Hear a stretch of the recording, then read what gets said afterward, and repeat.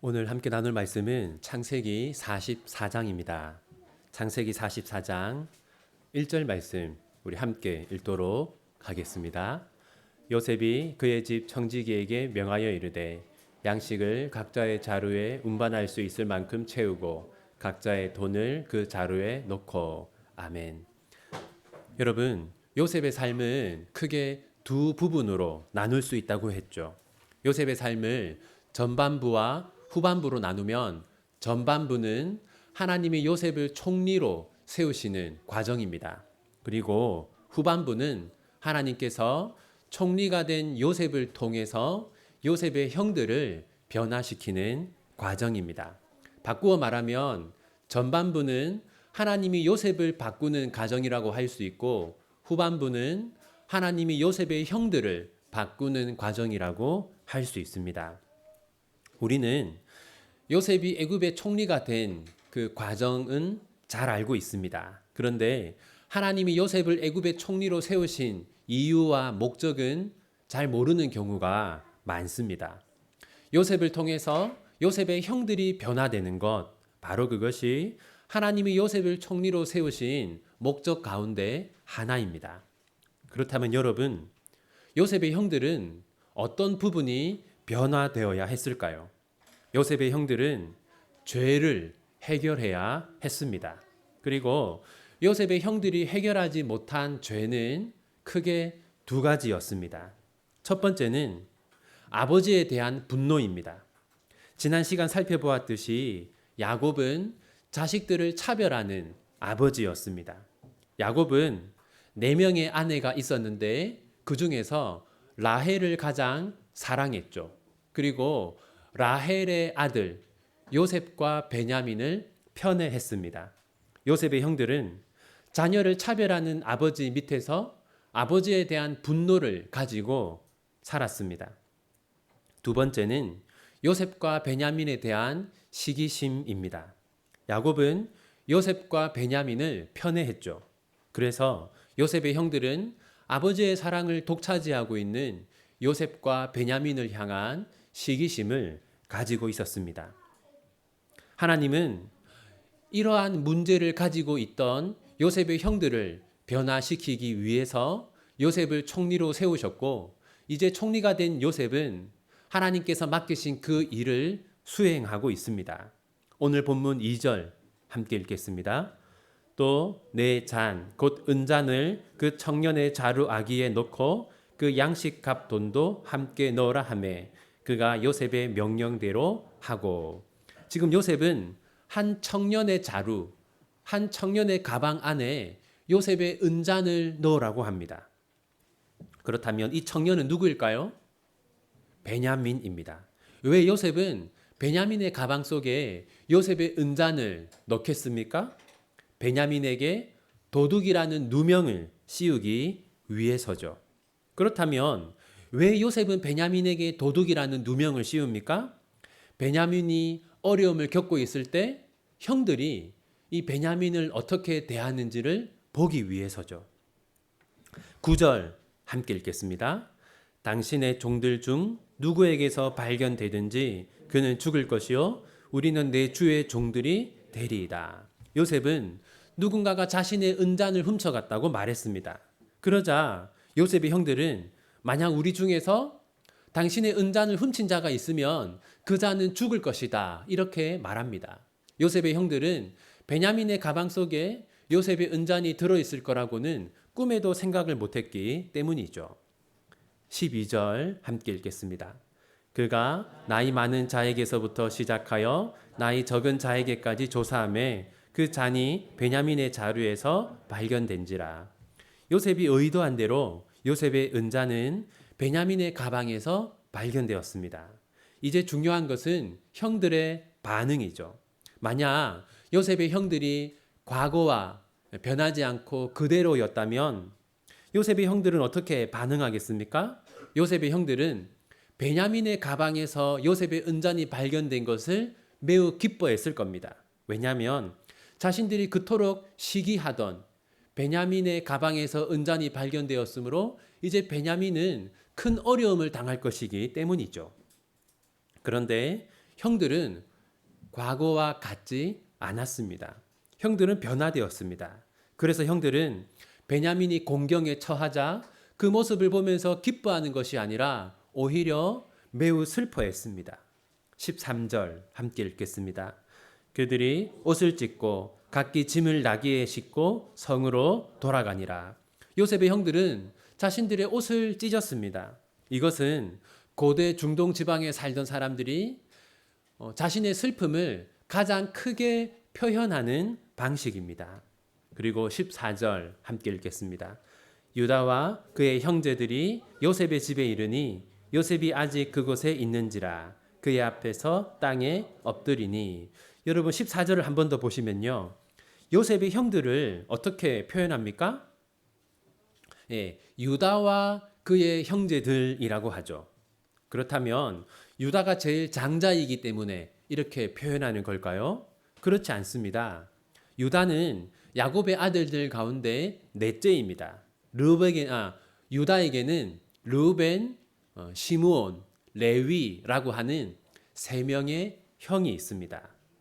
그런데 르우벤과 형제들이라고 하지 않고 유다와 형제들이라고 하죠.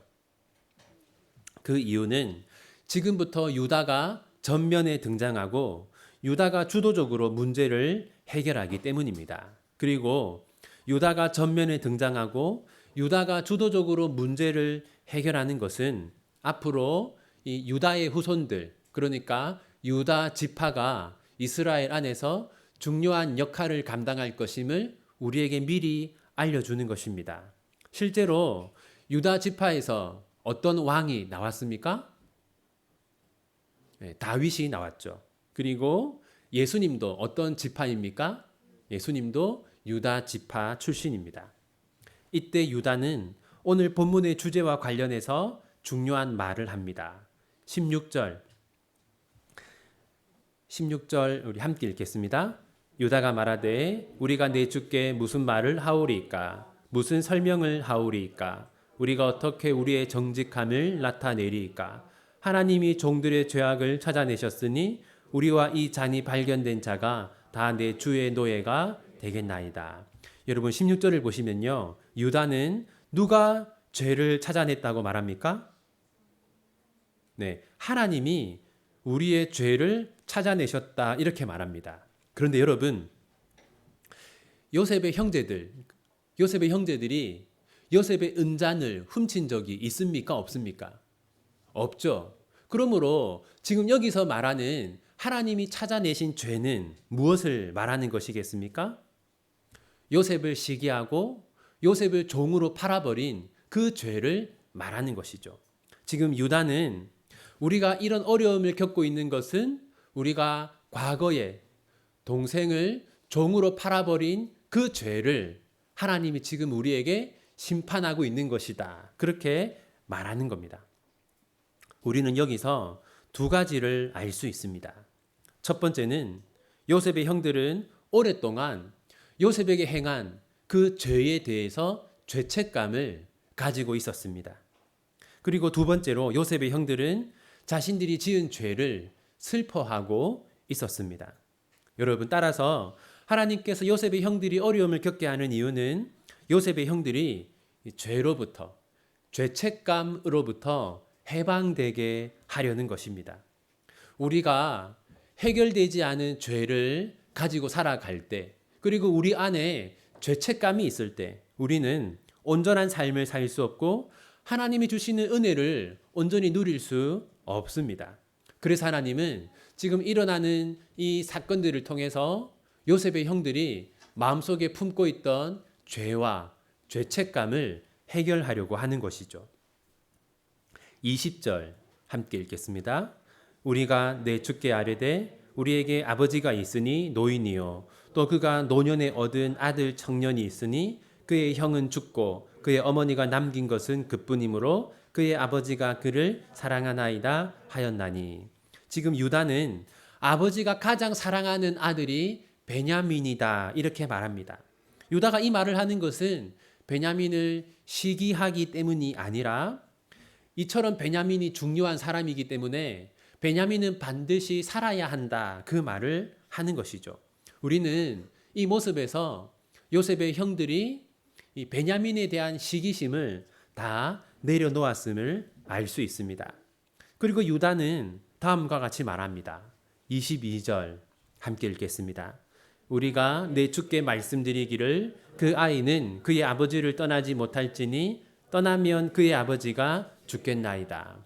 유다는 만약 베냐민이 죽으면 아버지도 죽을 것이다. 그렇게 말합니다. 바꾸어 말하면 아버지를 살리기 위해서는 베냐민을 살려야 한다. 그렇게 말하는 것이죠.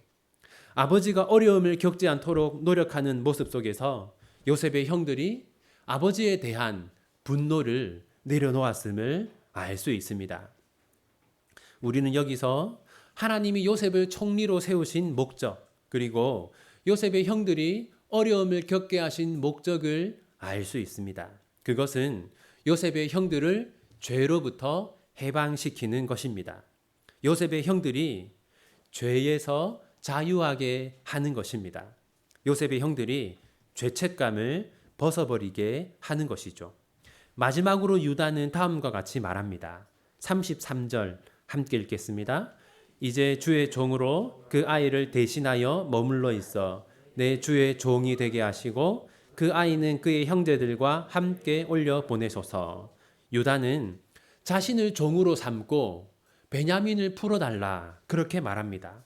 유다는 자신을 희생하여서 베냐민과 아버지를 살리려고 할 만큼 아버지와 베냐민을 사랑하게 되었습니다. 요셉의 형들은 아버지에 대한 분노와 베냐민을 향한 시기심을 가지고 있었는데 이제 요셉의 형들은 아버지와 베냐민을 사랑하는 사람으로 변화된 것이죠. 바로 이것이 하나님이 요셉을 총리로 세운 목적, 그리고 요셉의 형들이 어려움을 겪게 하신 목적입니다. 이제 창세기 44장이 우리에게 주는 교훈들을 생각해 보겠습니다. 첫 번째는 하나님은 우리가 죄에서 자유하기를 원하십니다. 여러분, 우리는 몸에 통증이 있으면 어떻게 합니까? 약을 먹든지 병원으로 가든지 치료를 받아서 우리 몸의 통증을 고치려고 합니다. 마찬가지로 우리는 영혼의 고통을 없애기 위해서 노력해야 합니다. 여러분, 영혼의 고통은 어디에서 올까요? 영혼의 고통은 죄에서 옵니다. 그리고 죄가 주는 고통을 죄책감이라고 합니다. 요셉의 형들은 죄책감을 가지고 있었습니다. 동생을 노예로 팔아버렸다고 하는 그 죄로부터 오는 죄책감을 가지고 있었고 그 죄책감이 주는 고통에 오랫동안 시달리고 있었습니다. 하나님은 요셉의 형들이 그 죄를 회개하고 죄책감에서 자유하게 되기를 원하셨습니다. 하나님은 애굽에서 일어난 이 사건들을 통해서 형들이 자신들의 죄를 회개하고 죄책감에서 자유하게 되도록 하셨습니다. 요셉의 형들은 요셉을 향한 시기심과 아버지를 향한 분노를 가지고 있었죠. 우리에게도 이런 감정이 있을 수 있습니다. 시기심과 분노, 이것은 우리가 가장 자연적으로 가지게 되는, 그리고 아마도 우리 모두가 가지고 있는 잘못된 감정일 것입니다. 사랑하는 비전교회 성도 여러분, 만약 여러분들이 누군가를 시기하고 질투하고 미워하고 있었다면, 또는 누군가에게 분노하고 있었다면 여러분 반드시 그 죄를 하나님께 자백하고 회개하시기를 바랍니다. 그리하여서 죄책감에서도 자유하게 되시기를 바랍니다. 또는 여러분들이 어떤 사람과의 관계에서 해결하지 못한 죄가 있다면 여러분이 먼저 그 사람을 용서하시기를 바랍니다. 그리고 여러분이 먼저 그 누군가에게 미안하다고 말하시기를 바랍니다. 죄를 해결하고 죄책감을 벗어버리고 그리하여서 죄가 주는 고통에서도 해방되시기를 바랍니다. 하나님이 요셉의 형들을 변화시키신 모습에서 알 수 있듯이 하나님은 우리가 죄책감에서 고통받는 것을 원하는 것이 아니라 죄책감에서 자유하게 되기를 원하십니다. 둘째, 야곱의 가정은 유다의 희생을 통해서 회복되었습니다. 야곱의 가정은 깨어진 가정이었습니다. 부모와 자녀의 관계가 깨어졌고 형제 사이의 관계가 깨어졌습니다. 하지만 오늘 본문을 보면 야곱의 가정은 결국 회복되었습니다. 자녀들은 아버지를 용서했고 형제들은 서로를 사랑하게 되었습니다. 그리고 여기에 주도적인 역할을 한 것이 바로 유다입니다. 이처럼 깨어진 관계를 회복하기 위해서는 한 사람의 희생이 필요합니다. 먼저 미안하다고 말하는 한 사람, 먼저 용서한다고 말하는 한 사람, 먼저 이해한다고 말하는 한 사람, 그리고 먼저 자신을 희생하는 한 사람이 필요합니다. 만약 우리 교회가 다른 사람이 하겠지, 다른 사람이 먼저 하겠지, 내가 아닌 다른 누군가가 하겠지라고 생각하면서 아무도 자신을 희생하지 않으려고 한다면 정말로 우리 교회는 미래가 없는 교회일 것입니다. 그렇다면 우리 교회에는 회복도 없고 부흥도 없을 것입니다. 하지만 우리 모두가 먼저 자발적으로 자신을 희생하고 먼저 미안하다고 말하고 먼저 용서하고 먼저 이해하고 먼저 희생한다면 참으로 우리 교회는 하나님이 주시는 은혜로 풍성하게 될 것이고 그 은혜 가운데 부흥하게 될 것이라고 믿습니다. 이제 말씀을 맺겠습니다. 지금까지는 요셉이 가장 중요한 사람이었는데 오늘 본문에서는 유다가 가장 중요한 사람으로 등장합니다. 사실 오늘 본문은 거의 전체가 유다가 하는 말입니다. 그런데 여러분, 바로 이때 유다만 말을 하고 다른 형제들은 침묵했을까요? 그렇지 않습니다. 다른 형제들도 베냐민을 구하기 위해서 어떤 행동을 했을 것이 분명합니다. 그런데 오늘 본문은 유독 유다를 강조하고 있죠. 그 이유는 오늘 본문의 유다가 예수님을 예표하는 사람이기 때문입니다. 유다는 베냐민을 살리기 위해서 자신을 희생했습니다. 자신을 죽이고 베냐민을 살려달라 그렇게 말했습니다. 43장에서 유다는 시므온을 살리기 위해서 자신의 목숨을 걸었고 44장에서 유다는 베냐민을 살리기 위해서 자신의 목숨을 걸고 있습니다.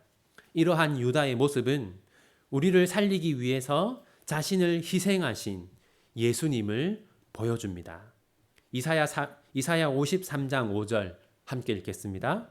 그가 찔림은 우리의 허물 때문이요 그가 상함은 우리의 죄악 때문이라. 그가 징계를 받음으로 우리는 평화를 누리고 그가 채찍에 맞음으로 우리는 나음을 받았도다. 유다가 형제들을 살리기 위해서 자신을 희생한 것처럼 예수님은 우리를 살리기 위해서 자신을 희생하셨습니다. 그리고 이것으로 끝이 아닙니다. 성경은 다음과 같이 말합니다. 에베소서 5장 2절 보여주십시오. 에베소서 5장 2절.